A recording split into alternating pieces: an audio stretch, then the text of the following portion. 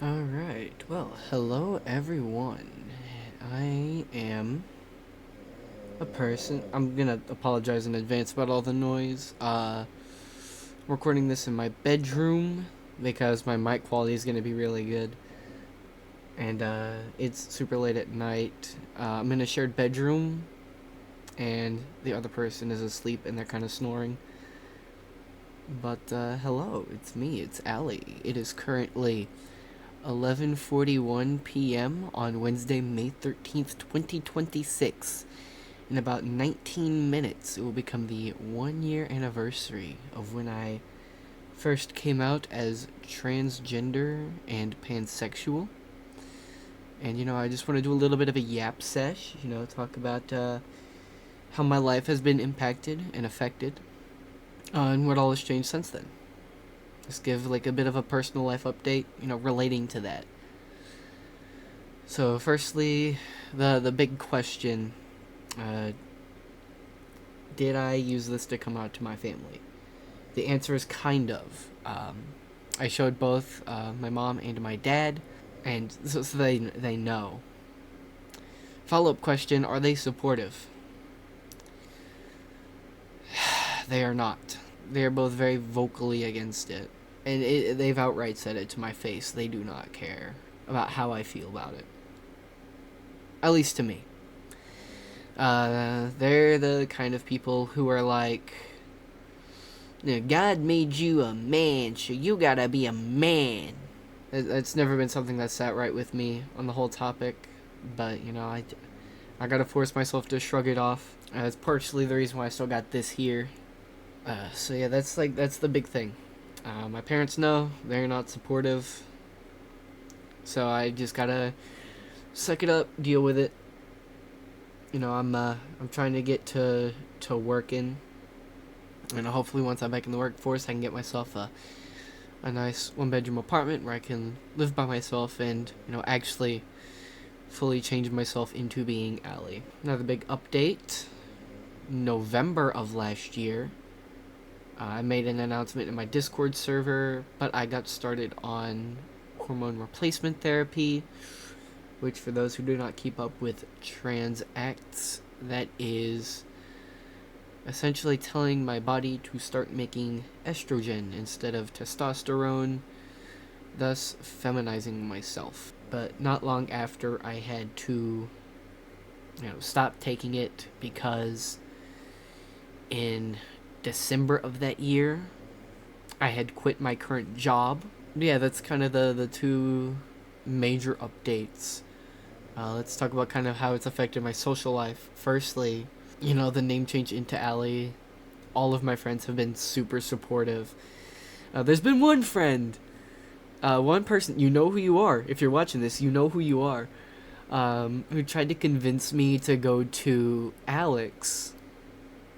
Because my dead name is Alexander. I'm just going to be straight up honest with it. You can go to Corner Fuzz, the first two episodes from before I came out. My name is hugely on display there. So it's not like I've got anything to hide. But one of my friends wanted me to go to Alex instead of Allie. And, the thing was, Alex was my nickname back in childhood. I didn't have that, feminine connection to it. And, Allie was when I really started questioning. So I just rolled with it. But other than that, she's been really supportive of everything else. There's a lot of things that we disagree on. So any W is a W. We're still really close friends. That's really about all I have, relating.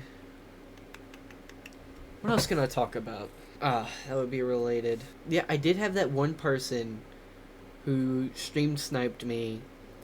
I thought it would be a good idea to stream Team Fortress 2. Someone stream sniped me. They had their username as my dead name. And they were just full blasting the N-word on my screen, hard R.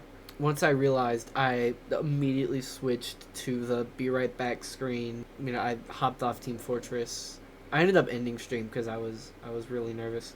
Oh yeah, and then he threatened to come to my house.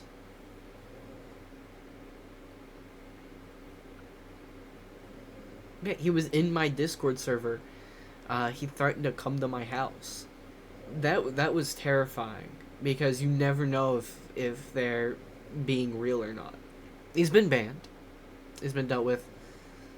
Um, but you know that was still a very, very worrying moment. There was no way to know at the time, like, if he was actually coming to my house, like, and who knew if he like had a weapon or anything on him. Other than that, you know, it's been just been business as usual. You know, I've been trying to get back to working. You know, I'm trying to get back on streaming a little more consistently, despite internet issues. And I'm sitting on a huge project. I'm sitting on something I can't wait to reveal, but I just need to get a few more things set. I'm trying to think, what else can I talk about? I'm happy that at least while I'm sitting here in this exact spot, I can just turn on the computer and I can be Allie. And I can be who I want to be. Whether it's this that you're seeing here, or it's that, you know, delightfully bright pink rabbit. You know, my main goal is to just be myself and to give others a safe space where they can be themselves. I just want to make the world better in any way I can. You know, the problem is making videos on the internet isn't reliable because we're in such a time where, you know, a lot of the YouTube videos are Mr. Beastified, if that makes any sense. It's all super over the top clickbait, you know, we need your attention. And it's no longer just, hey, I put a lot of time into this video, you know, I really like what it's about. I've been sitting on the start of a Minecraft Let's Play for months because everyone and their brothers done Minecraft videos. And, you know, when you click into one, it's like, you know, how do I get their attention at the very beginning? It's not like the old days of Stampy and the Lovely World, where it's like you can just sit down, turn the game on, play for a bit, do some editing, and bang, you've just started a hit series that is going to inspire the next generation of people to come and take your place, because people these days don't want guys like Stampy. They want guys like Mr. Beast, who are just gonna constantly jingle keys to keep your attention. And that's not to say they're like slop content farms. Absolutely not. But modern audiences don't want passion. They want constant stimulus. And I think platforms like the TikTok, YouTube Shorts, etc., the short form content, I think that makes it worse. And that's not to say that, you know, I hate those kinds of platforms. No, that'd be hypocritical. I use them. I post there sometimes. But at the same time, you know, it's damaging to people who want to make long form content, like me, because, you know, I'm just gonna say it with my whole chest. I am, to go back to that analogy from a few minutes ago, I am a Stampy in a world full of dream. I have a very minimalistic, passion-first style. I record a video, and I put everything I have into editing it, and I release it, because I'm proud of what I made. When I start a video, I want it to be like Markiplier. Hello everybody, my name is Markiplier, and welcome to blah blah blah blah blah blah. I don't want to be like Mr. Beast, where it's, today, I just put 20 people on a full-scale replication of the Fortnite island, and they're gonna kill each other for $30,000. That impression was more like a Chris McLean from Total Drama. But hopefully I get my point across. Like, I have a very minimalistic, calm style that's, you know, it's passion first. And that's not what people want. They want the immediate stimuli, get you hooked, give you something that, you can't look away. It's a constant rapid fire A, B, C, D, E, F, G, all the way start to finish. There's always something for you to like hear and process and look at. There's always something going on. And that's not what I want. I want to take it to the roots of just a person having fun. And since that's not what people want, I don't get the views. And since I don't get the views, I don't get the algorithm push. And since I don't get the algorithm push, I can't grow as a creator. And I don't get the views. So I don't get the algorithm push, so I can't grow as a creator, so I don't get views, and it's just a cycle. Am I gonna change my style? No. But it's why I prefer to go onto OBS and click start record or start streaming over start recording. Because when I stream, I can just play the game, whatever happens, happens. And if people want to watch, whatever I'm playing, whether it's Dead by Daylight, Tomodachi Life, Smash Brothers, whatever, they can come in, hang out for a bit, maybe see a cool clip, but I'm not going to constantly, feed them stimuli to, stay engaged. I can't control what the viewers want. I can't control what the viewers like. I can't control if the viewers, stick around for anything. And that's okay. Content creation isn't a set in stone job. It's not. You can't make a consistent amount of money from this. But, it's good to have like a side hobby, side hustle, whatever. I try to, give people stuff, ways they can give to me if they want. About every 5-10 minutes on stream, Nightbot will pop in and say, hey, I do have a donation link. I do have merch. I'm not wearing any because I don't have any, but I have it. But, no matter how many people buy merch, no matter how many people donate directly, I still can't guarantee that when I press that go live button that I'm going to make a single dollar. I can't guarantee that I'm going to make a single cent. Maybe I just wasted a couple hours, but at least I had fun. And at least that was an opportunity to grow my brand a bit. Because it's not, you press the button for the first time and all of a sudden you're IShowSpeed or Queso or another one of those big name streamers. You press that button for the first time, you're going to be like me. You're going to be a guy who pulls in maybe 1 or 2 viewers a stream. But that's okay. You just got to find a way that works for you. And, you just have to find yourself. And, that's something I can greatly attribute to my time online. I've met some wonderful people online. My fellow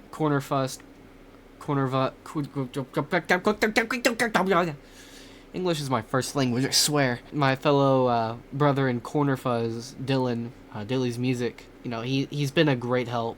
He's given me inspiration to stick with it. I would never have come out and been Allie if it wasn't for my time online, and for some of the amazing people that I know and I've met. And there's good people on the internet, and there's also bad people on the internet. There's always bad and good. There's always good and bad. I think that's what the yin and yang was all about. There's a balance of good and bad in anything that there is. And you can take the bad and give up, or you can take the bad and learn how to make it good. And there's been a lot of bad in my life. But, despite almost 21 years of bullshit, I'm gonna turn 21 in November. That's crazy to think about. But despite 21 years of shit, I'm still here. I'm still, doing what I do best, which is just being an absolute ADHD-fueled Lord of Chaos. And, just trying to have fun and everything. There's words from SpongeBob SquarePants that I take to heart. It's not about winning, it's about fun. That's always stuck with me. That's always been close to my heart. And that's one thing that I want to remind anybody. You can put everything into winning. You can always be unsatisfied with second place, or you could just show up, have fun, and be on your merry way no matter what happens. And that's the mentality that I feel like a lot of people nowadays need, especially in the gaming space. there's so much focus on competitive play and ranked modes. Big time content creators influencing decisions. Like the Nikkei 30 Shockwave incident from Fortnite. For those that don't know, Shockwave grenades got removed from Fortnite a while back.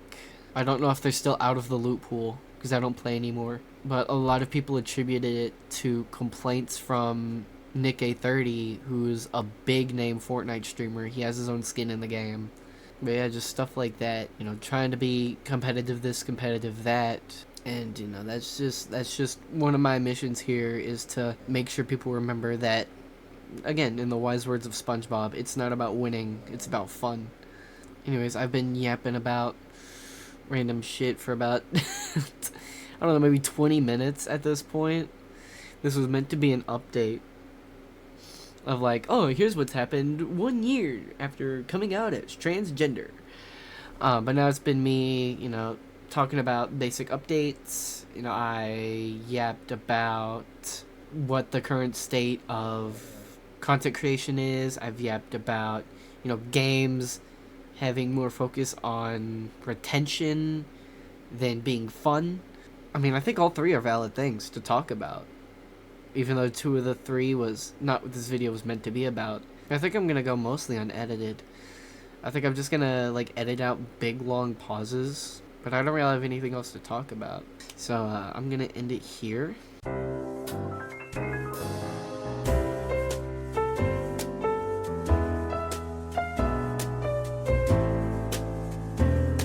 Let's see. What else can I yap about? I'm running out of topics. I've been sitting here talking for about an hour. My timer says 57 minutes here. What time is it right now? 12:38 a.m. on Thursday, May 14th. So yeah, it's been officially 1 year since I came out. It's crazy to think about 1 year ago today. Like, what was I saying? Like, maybe 1 year ago this very minute, I sat down in front of that camera and I said the words, I am possibly transgender and also pansexual. And, you know, I took a little bit more time to think on it, you know, as I was talking. You know, and eventually, like, after recording that, I sat and thought, and I doubled down. I posted the video, I became Allie, and here we are, 1 year later. And, you know, I couldn't be happier. You know, it feels like I finally have an explanation to a lot of things. Because it's insane, you know, there was so much that was going on with me, you know, leading up to that point. And it's just incredible to think about. Now I have, you know, a little bit of clarity into who I am. And, you know, even if there are people that don't support me, and people that will dead name me, mistreat me, or anything like that for the purpose of being transphobic, you know, I'm doubling down even more to spite you. It's incredible. You know, and having the support from other people. You know, my Dilly, my good friend and partner Benjamin the raccoon, and, you know, other people like Princess Jackie. There's also a really, really good friend of mine. Just having that support where I can sit down at my computer or go on Discord on my phone and just be Allie. I could just go there, join a voice call with a bunch of friends, and it's, hey Allie, how are you, Allie? You know, how you doing? I love it. And if any of you are watching, even those that I haven't explicitly named, thank you so much for being so supportive. It means a lot. And to all the viewers as well, thank you. I'm gonna try to wrap up now. But not before I say a few things that sound like bingle bongle dingle dangle yickety doo yickety da ping pong lippy tap poo ta. Ugh, I hate this. I hate having ADHD. I just constantly wanna reference shit. It's a blessing and a curse. That's all I gotta yap about. I'm probably gonna edit this, you know, cut out long pauses. I don't think I'm gonna cut out like anything I say. And yeah, that's about it from me. Just remember, I love each and every single one of you, and you will always mean something to somebody.